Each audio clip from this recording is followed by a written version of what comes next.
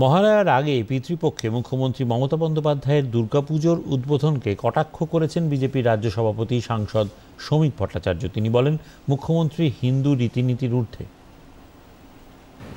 মমতা বন্দ্যোপাধ্যায়ের উপর দেবাদিদেব মহাদেবের আশীর্বাদ আছে।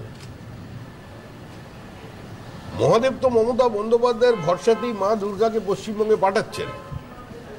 মা দুর্গার এই প্রবল জনপ্রিয়তা তো তৃণমূল কংগ্রেস দাবি করে তারাই তৈরি করেছে। মমতা বন্দ্যোপাধ্যায় ভগবান, ভগবানই মমতা বন্দ্যোপাধ্যায়। উনি পঞ্জিকার ঊর্ধ্বে, উনি হিন্দু সংস্কৃতির পরম্পরা, ঐতিহ্য, বহমানতা সমস্ত কিছুর ঊর্ধ্বে। মমতা বন্দ্যোপাধ্যায় পশ্চিমবঙ্গের মালিক, তৃতীয়বারের জন্য তাকে মানুষ নির্বাচিত করেছেন। সুতরাং মমতা বন্দ্যোপাধ্যায়ের মুখ দিয়ে নিঃসৃত যে কোনো বাণী পশ্চিমবঙ্গের আইন।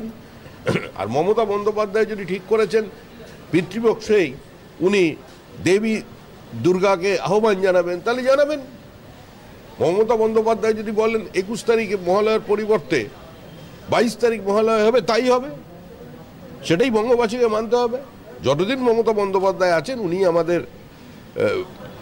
গার্জেন, উনি আমাদের পালন কর্ত্রী, উনি যেটা বলবেন সেটাই হবে।